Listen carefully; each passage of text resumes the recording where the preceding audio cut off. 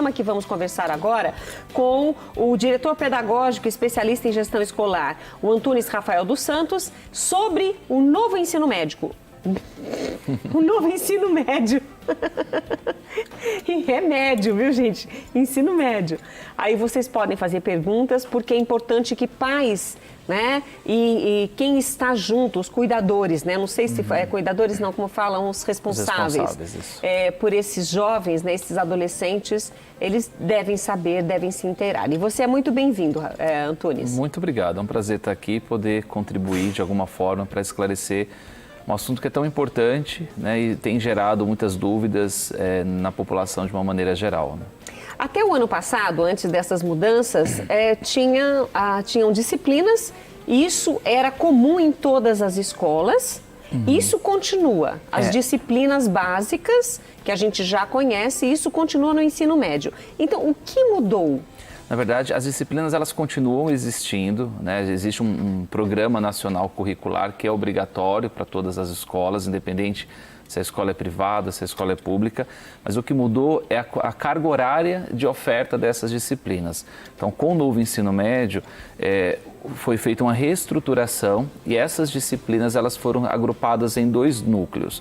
Um núcleo de formação geral básica, que não pode exceder 1.800 horas ao longo dos 3 anos do ensino médio, e você tem um núcleo de formação que é chamado de itinerários formativos, que permite aí que a escola tenha uma flexibilidade e uma autonomia maior para ofertar determinadas disciplinas com cargas horárias variadas.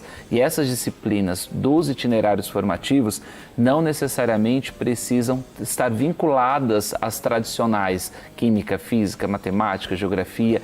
A escola tem uma autonomia para ofertar disciplinas diversas de outras áreas, né? Dê um exemplo para a gente. Por exemplo, se a escola tem como foco uma preparação para o mercado profissional, então eu posso ofertar disciplinas do núcleo técnico. Então eu posso ter uma disciplina de administração de empresas, uma disciplina na área de comércio exterior, uma disciplina na área de informática, de tecnologia, né? Então depende muito do qual é o perfil da instituição, né? Se a gente e até zonas de interesse do aluno também. Sim, porque a partir dessa oferta que o aluno vai fazer as suas escolhas, né? E a ideia é que o aluno no ensino médio, ele possa perpassar, ele tenha a opção de fazer diferentes itinerários para que isso o auxilie na hora de escolher a sua carreira.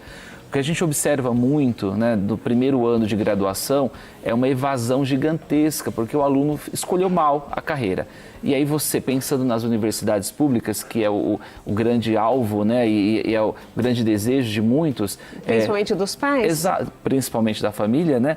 Você tem ali vagas ociosas que poderiam ter sido preenchidas, mas foram preenchidas, ocupadas por um aluno que se deu conta depois do primeiro semestre que não era aquele curso que ele queria, né? Então essa vaga ficou ociosa. Então a ideia dos itinerários formativos é permitir que o aluno transite então aí por áreas diferentes e faça uma escolha mais consciente na hora que ele for prestar o vestibular. Agora você disse que o básico, né, os cursos de formação, isso na grade curricular vai para todas as escolas do ensino médio, independente de serem particulares ou estaduais, enfim. O que muda é esta parte formativa. Exato, dos itinerários formativos. Que as escolas podem oferecer ou não esse extra, ou vai passar a ser regra de oferecer? Eles precisam oferecer. Todas as instituições precisam oferecer o itinerário formativo. Agora, qual será esse itinerário formativo vai depender muito da proposta de cada instituição. Mas a escola, ela por lei, ela precisa apresentar esse itinerário formativo que tem de ser de, no mínimo, 1.200 horas ao longo dos 3 anos. Né? Agora, você disse 1.800 horas... Na formação geral básica. Isso. E na formativa, nesse itinerário formativo... No mínimo 1.200. No mínimo 1.200. Então, esse aluno vai ter uma carga de estudos muito grande. Ele tem a ideia que você tem uma ampliação de carga horária, né, ao longo aí dos 3 anos do ensino médio. A proposta, na verdade, foi ofertar o ensino médio no período integral, né?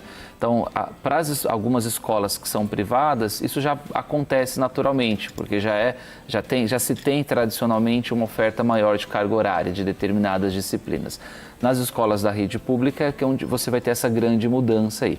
E é onde tem alguns especialistas apontam algumas críticas, porque a oferta de algumas disciplinas dos itinerários formativos não dialogam com essa formação do aluno e preparação dele para o vestibular. Então você tem instituições que oferecem, por exemplo, um curso na área de PET, por exemplo, né? Tem a sua relevância? Tem, mas qual é a relevância disso na hora que ele for prestar o vestibular?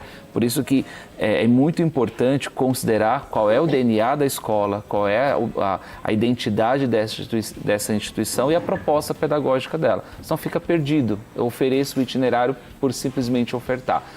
Pensando nisso que você falou, então qual é a atenção dos pais para os alunos, né, os filhos que vão ingressar ou já ingressaram no ensino médio ou estão prestes a ingressar, para eles já ficarem atentos na escolha desta escola com esta oferta desse itinerário? Eu acho que o principal olhar que se deve ter é que tipo de ensino médio eu quero ofertar para o meu filho, né, ou para esse meu adolescente. É o ensino médio que vai me preparar para uma entrada mais rápida no mercado de trabalho, ou é o ensino médio que vai prepará-lo para enfrentar o desafio aí dos vestibulares? São propostas diferentes, né? Quando eu penso numa entrada mais rápida no mercado de trabalho, estou pensando numa formação técnica, o famoso ensino médio técnico. Então eu vou ter, obviamente, matérias específicas daquela formação técnica, seja na área de elétrica, de eletrônica, mecânica, informática, enfim. Ou eu vou pensar no ensino médio com foco na preparação para o vestibular. As duas realidades, elas não vão caminhar juntas. Isso não tem como. Não se conversam. Não tem tempo. Não poderia se conversar muito bem, mas o aluno ficaria ali uma carga horária muito estendida, né? Isso não seria pedagogicamente recomendado. Então quando você opta por uma formação técnica, você tem perda de determinados conteúdos, né? Então, matérias como filosofia, literatura, que são relevantes para o vestibular, você tem uma diminuição dessa carga horária, né, na formação técnica. Porque o foco está muito mais na parte técnica. Exato, entrar, né, ofertar para o mercado de trabalho profissionais mais rapidamente. Então, em contrapartida, no ensino médio... E hoje o mercado absorve muito eu acho que os técnicos, essa formação técnica. As duas realidades, elas são muito bem-vindas socialmente, né? Você tem demanda para as duas realidades. Então, por isso que depende muito do que o adolescente está buscando, qual é a proposta, né, enquanto família. Porque essa decisão também não pode ser só dele, também não pode ser só da família, precisa ser algo dialogado. Qual é o nosso projeto para esse aluno, né? Esse aluno, ele vai entrar na universidade, eu pretendo que ele ingresse no ensino superior, logo que ele termine o ensino médio, e a partir daí você faz essa escolha, pensando aí no perfil de escolas que tem a oferta a partir do que eu estou buscando, né? O que os pais devem, então, procurar nas escolas? Porque muitos visitam, participam da apresentação de toda a escola, mas não dá para fazer isso em todas as escolas. Não, então, seria interessante que até numa visita rápida ou numa ligação, esse pai e essa mãe já obtenham essa informação para saber vale a pena visitar ou não. Principalmente conhecer a proposta pedagógica. Qual é o foco principal dessa instituição, né? Essa instituição tem um foco maior na preparação para o vestibular. Então, como que é feito esse trabalho? Fazendo essa diferenciação, se é ensino técnico, se é ensino regular, a partir daí eu vou buscar a proposta pedagógica dessa escola, né? Porque aí eu tenho que avaliar qual é a carga horária, quais são as disciplinas que são ofertadas nos itinerários formativos, se esses itinerários formativos dialogam com a minha proposta pedagógica ou não, qual é o processo de avaliação que esses alunos são submetidos, como eles são avaliados bimestralmente ou trimestralmente, dependendo aí do projeto político da instituição, né? E principalmente, qual é o suporte pedagógico que essas famílias terão. Os alunos, obviamente, eles têm uma facilidade muito maior para se adaptar a esse novo formato. As famílias precisam desse apoio da escola, né, de um acompanhamento, da orientação, da coordenação, para conseguirem entender essa mudança que foi implementada e está em vigor, né? Não, por mais que haja críticas de especialistas, ela está aí, ela está em vigor. Uma questão que é muito importante pensar, e a gente conversa muito com as nossas famílias, o diálogo que precisa existir entre as universidades públicas e as escolas de ensino médio, né? Porque a escola de ensino médio ela vai entregar esse aluno para a universidade.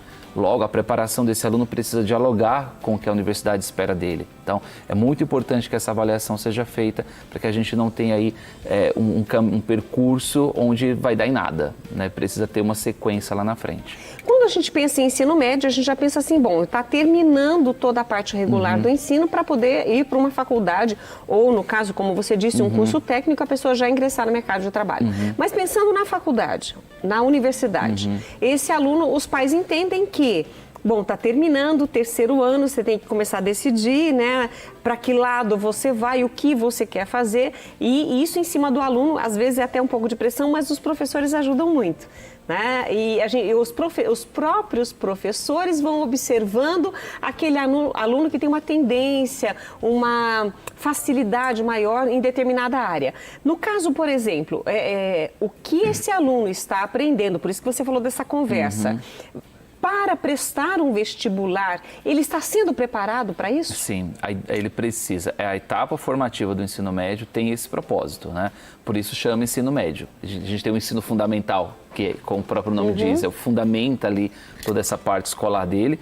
E no ensino médio, onde começa a se delinear as suas aptidões, né? Isso fica mais concreto. Se eu sou uma pessoa que tem mais facilidade para a área de humanas, para a área de exatas ou de biológicas, é no ensino médio que o aluno começa a ter mais contato com isso, com essas diferentes áreas. Isso se concretiza, vai se solidificando ao longo dos 3 anos. E aí sim, a escolha profissional passa por isso, né? Eu sou da área de humanas, logo, durante o meu ensino médio, as matérias de exatas eram a minha pedra no sapato. Então não faria sentido, ao terminar o ensino médio, eu prestar engenharia ou um curso de estatística, por exemplo, né? Então a ideia do ensino médio é proporcionar essa vivência para que essa escolha realmente coincida com as aptidões pessoais, né? Então o aluno precisa passar por esse autoconhecimento. E é por isso, inclusive, que uma das matérias obrigatórias no novo ensino médio, que é importante que as famílias fiquem atentas a isso, é a matéria chamada Projeto de Vida. Independente do modelo de escola... Essa matéria já existia ou começou agora na nova... Não, ela começou agora com o novo ensino médio, né?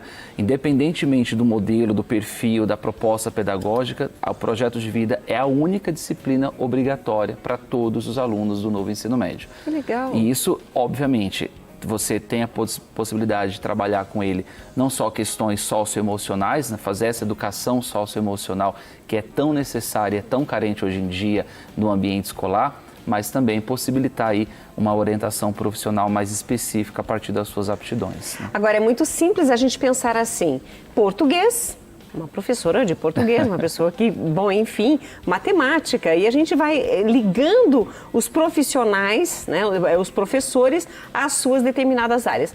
Projeto de vida, quem ministra essa aula? A legislação não especifica qual é o perfil profissional que pode ministrar, né? Qualquer professor da rede, qualquer professor da instituição pode ministrar essa disciplina. O que a gente tem como premissa é que seja um profissional, obviamente, que tenha uma vivência, né, com aqueles alunos, tenha uma relação muito próxima, porque você vai mexer em assuntos ali que muitas vezes, vou usar um parênteses aqui, assuntos ou temas que talvez poderiam ser levados para a terapia, né, mas vão eclodir ali dentro da sala de aula. Com certeza. E você precisa estar preparado para isso. Então, profissionais da área de humanas, muitas vezes, né, então, professor de geografia, o professor de língua portuguesa, ou se a instituição possui um profissional da área de psicologia, é o ideal. Então, se tem um psicólogo na instituição que possa ministrar essa disciplina, isso sem dúvida nenhuma vai ser o grande diferencial. Mas pode ser multidisciplinar também ou necessariamente esta disciplina, projeto de vida, deve ter somente um acompanhando? Não, pode ser ter mais de um profissional ministrando isso.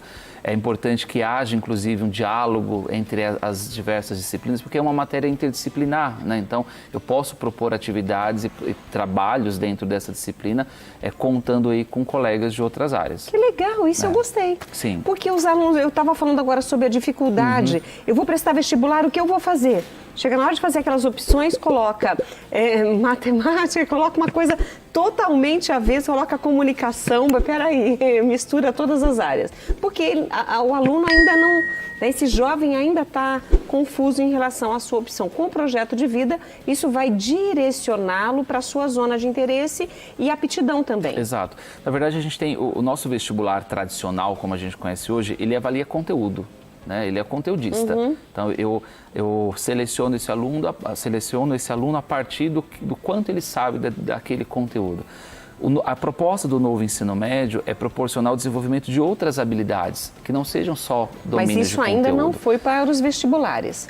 Os vestibulares das universidades públicas ainda não há um processo seletivo com base no novo ensino médio. Né? Então, se você fez um novo ensino médio com foco em ciências da natureza, por exemplo, você não vai ter um vestibular pensado para você. Né? O vestibular ele ainda é uma única prova para todos os estudantes, independentemente de quais itinerários eles cursaram ou não. Né?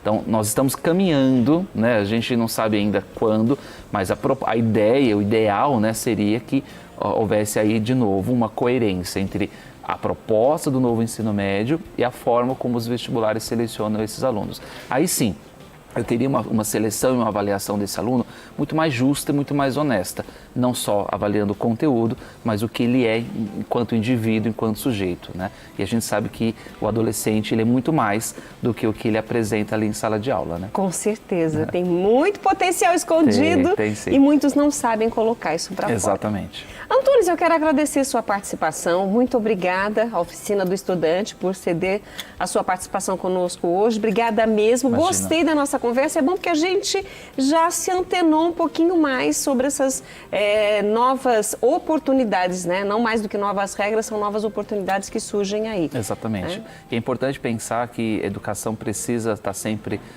se autorrefletindo, né? Senão a gente é uma geração nova, então carece desse olhar atento. E eu que agradeço a oportunidade, viu? Olha, eu esqueci de dar uma olhadinha aqui, o pessoal colocou assim, a Cibele Campos de Porto Feliz, aguardei, Cibele, Porto Feliz, ela colocou, minha filha faz o ensino médio integral.